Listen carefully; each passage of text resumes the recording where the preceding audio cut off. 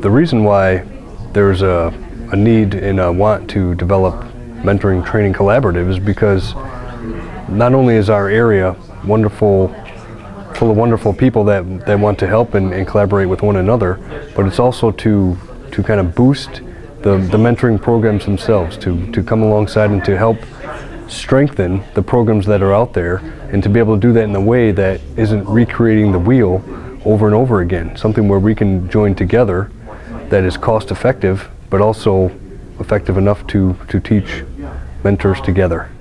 Working with somebody, the best thing to do is to be yourself. People that you're working with are savvy, and they'll be able to tell if you're trying to be someone else or being fake. And the other is to be consistent. People that we're working with that are in poverty, or personally people that are on the street, the inconsistency of their life everywhere they go is damaging to them. So the more we can be consistent, the more we show value to that person and are committed to helping them. The main don'ts, I believe, would be, as a mentor, is not to do harm to a person.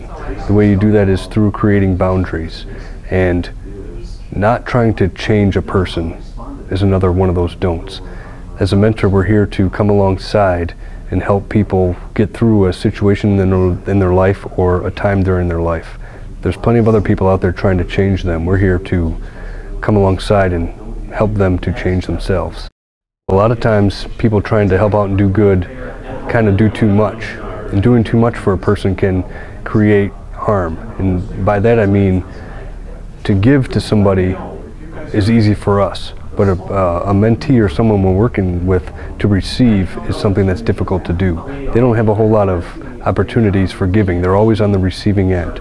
So boundaries help us to not do too much and to keep in the framework of that relationship to where it's an equal. We're with the person. We're not above shunning or telling them what to do or what we think is right. We're modeling a healthy lifestyle that we have, and hopefully they can see some of that. The main things to keep in mind as relating to boundaries are to know your limitations.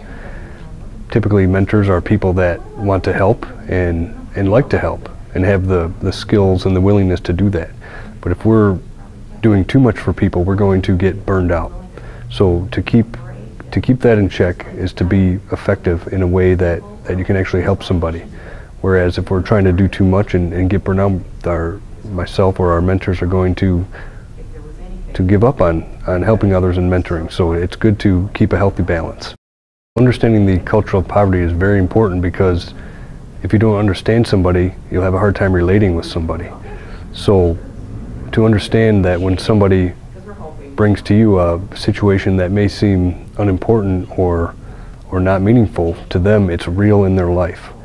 The example I used was you may think to yourself, it's important to show up to a job interview. Someone that's in crisis that decides not to show up is a very real situation in their life. And if we're looking at them judgmentally and thinking that they're less than because they didn't show up, then it really creates damage for the relationship. To try to understand the place that someone in poverty is coming from is very important to build a relationship and to understand what they're going through, to be able to help and guide them in a direction that they're willing to go. The idea is for leaders of mentoring groups to come together and take this training to the community.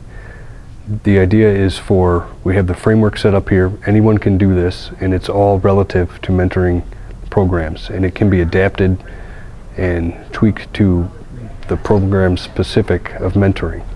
So we hope to come together to be able to use our resources collectively to be able to further mentoring in our area.